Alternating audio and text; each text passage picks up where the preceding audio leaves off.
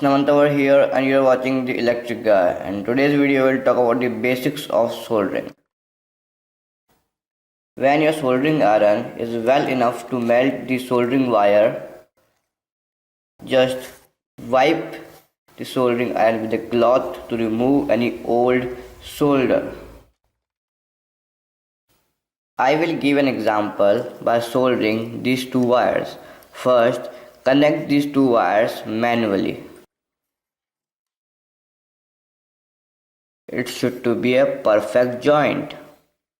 Now, keep your soldering iron on this wire for a while. Then, gently apply the soldering wire. When the soldering wire is spreaded thoroughly, remove your soldering iron and you can see a perfect joint. If you like my video, please subscribe.